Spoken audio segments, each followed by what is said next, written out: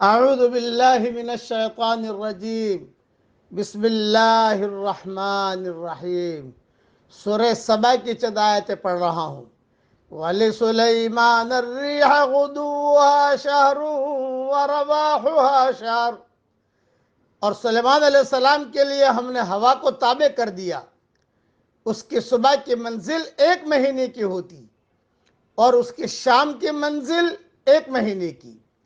وَأَصَلَّا لَهُ عَيْنَ الْقِطْرِ، اور ہم نے اس کے لیے تانبے کا چشمہ بہا دیا۔ وَمِنَ الْجِنِّ مَن يَعْمَلُ بَيْنَ يَدَيْهِ بِإِذْنِ رَبِّهِ، اور جنات میں سے ایسے تھے جو اس کے رب کے حکم سے اس کے آگے کام کرتے تھے۔ وَمَن يَزِغْ مِنْهُمْ عَنْ أَمْرِنَا نُذِقْهُ مِنْ عَذَابِ السَّعِيرِ، اور ان میں سے جو کوئی ہمارے حکم سے پھرے تو ہم اس کو آگ کا عذاب چکھائیں گے۔ یعملون له ما یشاء من محاریب وتماثیل وجفان کالجواب وقدور الراسیات، وہ اس کے لیے بناتے جو وہ چاہتا، عمارتیں اور تصویریں اور حوض جیسے لگن اور جمی ہوئی دیگیں۔ اعملوا آل داؤد شکرا، اے آل داؤد شکر گزاری کے ساتھ عمل کرو۔ وقلیل من عبادی الشکور، اور میرے بندوں میں کم ہی شکر گزار ہیں۔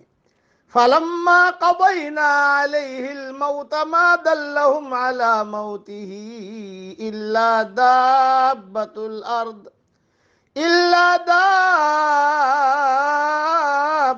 الْأَرْضِ تَأْكُلُ مِنْ سَأَتَهُ، پھر جب ہم نے اس پر موت کا فیصلہ نافذ کیا تو کسی چیز نے ان کو اس کے مرنے کا پتہ نہیں دیا مگر زمین کے کیڑے نے جو اس کے عصا کو کھاتا تھا۔ فَلَمَّا خَرَّ تَبَيَّنَتِ الْجِنُّ أَن لَّوْ كَانُوا يَعْلَمُونَ الْغَيْبَ مَا لَبِثُوا فِي الْعَذَابِ الْمُهِينِ، پس جب وہ گر پڑا تب جنات پر کھلا کہ اگر وہ غیب کو جانتے تو اس ذلت کی مصیبت میں نہ رہتے۔ یہ حضرت سلیمان علیہ السلام، حضرت داؤد علیہ السلام کا تفصیلی قصہ ہے۔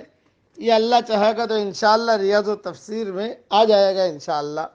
یعنی حضرت سلیمان علیہ السلام میں آیان سلطنت اور لشکر تخت پر بیٹھ جاتے اور جدھر آپ کا حکم ہوتا ہوائیں اسے اتنی رفتار سے لے جاتی کہ 1 مہینے جتنی مسافت صبح سے دوپہر تک کی 1 منزل میں طے ہو جاتی، اور پھر اسی طرح دوپہر سے رات تک 1 مہینے جتنی مسافت طے ہو جاتی۔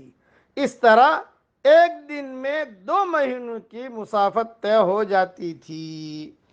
لمبا چوڑا تختہ تھا، اس کے بارے میں میں میری کتاب بکھرے موتی میں کسی جلد میں لکھ چکا ہوں کہ کتنی سیٹوں والا تھا، وہاں دیکھ لیا جائے، مجھے خود یاد نہیں ہے کہ کون سی جلد میں لکھا ہے۔ حضرت سلیمان علیہ السلام کے موت کا وقت آیا تو وہ اپنا عصا ٹیکے ہوئے تھے اور جنوں سے کوئی تعمیری کام کرا رہے تھے۔ موت کے فرشتے نے آپ کی روح قبض کر لی، مگر آپ کا یہ بے جان جسم عصا کے سہارے بدستور قائم رہا۔ جنات یہ سمجھ کر اپنے کام میں لگے رہے کہ آپ ان کے قریب موجود ہیں اور نگرانی کر رہے ہیں۔ اس کے بعد عصا میں دیمک لگ گئی۔ 1 عرصے کے بعد دیمک نے عصا کو کھوکھلا کر دیا تو آپ کا جسم زمین پر گر پڑا۔ اس وقت جنوں کو معلوم ہوا کہ آپ وفات پا چکے ہیں۔ یہ واقعہ اس صورت میں غالباً اس لیے پیش آیا تاکہ لوگوں کے اس غلط عقیدہ کی عملی تردید ہو جائے کہ جنات غیب کا علم رکھتے ہیں۔